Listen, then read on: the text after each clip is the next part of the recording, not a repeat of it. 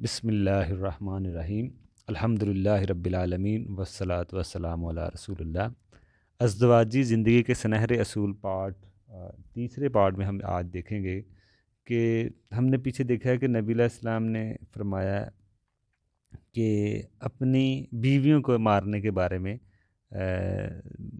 یہی ہمیں تعلیم ہے جو نبی علیہ السلام خود تو کبھی نہیں اپنی بیویوں کو نبی علیہ السلام نے نہ گالی نہ مارا۔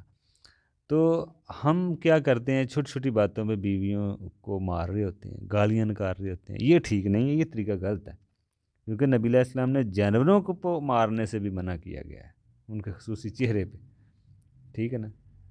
تو یہی بات کر رہے ہیں ہم کہ بعض لوگ بیویوں کو گالی دیتے ہیں، بلکہ اس کے سارے خاندان والوں کو بھی گالیاں دیتے ہیں۔ جن لوگوں نے اپنی بیٹی آپ کو دے دی، آپ ان کو گالیاں دے رہے ہیں، افسوس کی بات۔ وہ اپنا گھر چھوڑ کے آپ کے پاس آئی ہے، آپ کا اپنا خاندان چھوڑ کے آپ کے پاس آئی ہے، اور آپ اتنے ظالم بن گئے ہیں، آپ کے دل میں درد نہیں ہے، احساس نہیں ہے کہ آپ ان کے ساتھ اچھا سلوک کریں۔ آپ ان کو گالیاں دے رہے ہوتے ہیں، مار رہے ہوتے ہیں۔ یہ نبی علیہ السلام کی تعلیم نہیں ہے۔ نبی علیہ السلام نے کبھی اپنی بیویوں کو نہیں مارا، نہ ہم ایسی کوئی تعلیم ہے مارنے کی، ٹھیک ہے نا۔ تو اس لیے اپنے بیوی کو مارنا، ان کو گالیاں دینا، ان کے گھر والوں کو گالیاں دینا، یہ بڑے ہی افسوس کی بات ہے۔ نبی علیہ السلام نے کہا ہے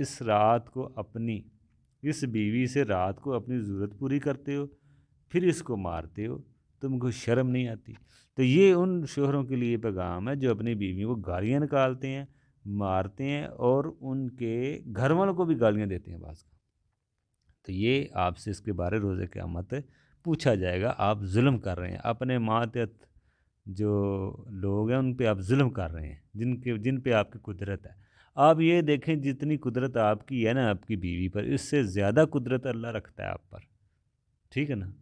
تو اس لیے اللہ کی لاٹھی بے آواز ہے، اس لیے اللہ کا عذاب جو ہے دنیا میں بھی آ سکتے ہیں۔ اس لیے کوئی آپ کے ماتحت ہے تو اس کا مطلب یہ نہیں ہے کہ آپ اس کے حاکم بن کے تو اس کو ظلم کرنا شروع کر دیں۔ یہ بات کہی جا رہی ہے۔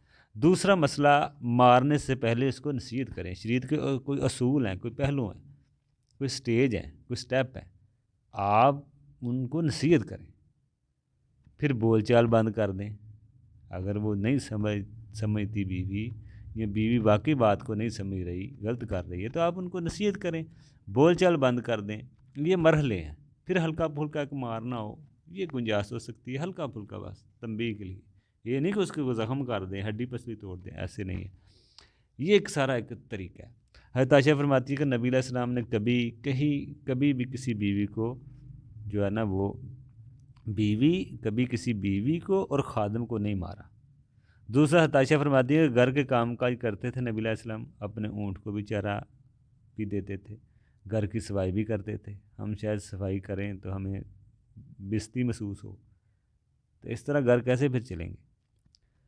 ہم بے عزتی محسوس کرتے ہیں گھر کے کوئی کام کرنے ہوں۔ اسی طرح نبی علیہ السلام اپنے ساتھ اپنے خادم کو بھی کھانا کھلاتے تھے۔ بعض ان کے ساتھ کھانا کھاتے تھے، بازار سے سودا خود اٹھا کر لے کے آتے تھے، ٹھیک ہے نا۔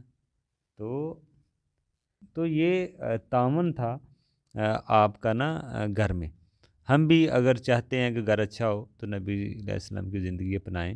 حضرت عائشہ فرماتی ہیں کہ اللہ کے نبی خوش مزاج تھے، بلکہ خادم کی حیثیت سے پیش آتے تھے۔ یہ ان کی سادگی تھی۔ ہم لوگ متکبر بن جاتے ہیں۔ اگر کوئی عہدہ مل جائے گھر میں، بڑا کوئی پیسہ آ جائے، عہدہ مل جائے، تو ہم گھر میں بھی بڑا بننے کی کوشش کرتے ہیں۔ نبی علیہ السلام سے بڑا کون تھا؟ ان کی حیثیت کتنی بڑی تھی، لیکن وہ خادموں کی طرح پیش آنا، تو ان کی سادگی تھی نبی علیہ السلام کی، ٹھیک ہے نا۔ اتنا ان کو نبی تھے، وہ آخری سب سے اعلیٰ، تو پھر بھی وہ گھر میں سادگی سے رہ رہے ہیں۔ ہمیں اگر تھوڑا سا کوئی پیسہ مل جائے، کوئی عہدہ مل جائے، کوئی تھوڑے سے لوگ جاننا شروع کر دیں، ہم بیویوں پہ بھی روک ڈال رہے ہوتے ہیں۔ ایسے نہیں کرنا چاہیے۔ بلکہ نبی علیہ السلام نے کبھی کھانے میں عیب نہیں نکالا، یہ بھی ایک بڑی اہم بات ہے۔ کھانا جیسے بھی گھر میں بن گیا، بعض لوگ ہلکے کا نمک تیز ہو گیا یا کھانا لیٹ ہے، اس طرح کو گھر میں لڑائی شروع کر دیتے ہیں چھوٹی چھوٹی بات میں۔ یہیں اگر بیوی نماز نہ پڑھے شاید ان کو غصہ نہ آئے، بچے نماز نہ پڑھیں، خلاف شرعی کام کریں، ان کو غصہ آنا چاہیے، وہاں پہ غصہ نہیں آئے گا۔ دنیا کے کام میں غصہ کریں گے جہاں پہ درگزر کرنے کا کام ہے۔ کپڑے اگر لیٹ ہیں، کپڑے استری نہیں، اگر جوتا کا صاف صفائی نہیں کی، جوتا صاف نہیں، یا اس طرح کے کام گھروں میں ہوتے ہیں چھوٹے موٹے، ان پہ جھگڑے ہوتے ہیں چھوٹی چھوٹی باتوں میں. تو یہ نبی علیہ کھانے میں عیب نکال رہے ہوتے ہیں. نبی علیہ السلام نے کبھی کھانے میں عیب نہیں نکالا. اور اللہ تعالیٰ کی نعمتوں کی یہ ناقدری والی بات ہے، ناقدری والی بات بنتی ہے اگر آپ اس طرح کرتے ہیں. ٹھیک ہے نا. شوہر اگر کھانے میں نمک تیز بھی ہو جائے تو پھر بھی بیوی کی خبر جو ہے نا وہ، اگر ہم دیکھا گیا کہ اگر دیکھتے ہیں کہ شوہر اگر دیکھتا ہے کھانے میں نمک تیز ہے تو پھر بیوی کی خیر نہیں ہے. ایسا نہیں ہونا چاہیے. بیوی ایک عورت جیسے عورت ہے، بیوی بھی، اس سے بھی غلطی ہو سکتی ہے. چھوٹی موٹی باتوں پر جھگڑا نہیں کرنا چاہیے. اس لیے کہ نبی علیہ السلام کی زندگی اگر آپ پڑھتے ہیں نہیں ہیں تو اس لیے پھر ہمارے گھروں میں ایسے حالات بنتے ہیں جو اچھے نہیں ہوتے حالات. دوسرا مسئلہ، نبی علیہ السلام رات کو عشاء کے بعد سو جاتے تھے، لیکن ہمارے ہاں شوہر گھر آتا ہی 12 بجے کے بعد، گھر میں داخل ہی 12 بجے کے بعد ہوتے ہیں. ہم اپنی ازدواجی زندگی کو ٹھیک کر سکتے ہیں اللہ کے نبی کی گھر کی زندگی کی روشنی میں. اگر ہم اللہ کے نبی کو اپنا اسوہ حسنہ نمونہ کے مطابق زندگی گزارتے ہیں تو ہماری دنیا کی زندگی جنت میں تبدیل ہو سکتی ہے اور آخرت بھی ٹھیک ہو سکتی ہے. ہم کو بھی ویسے ہی شوہر بننا چاہیے جس طرح نبی علیہ السلام گھر میں شوہر بنے ہیں. اس سے ہماری گھریلو زندگی بہتر ہو سکتی ہے.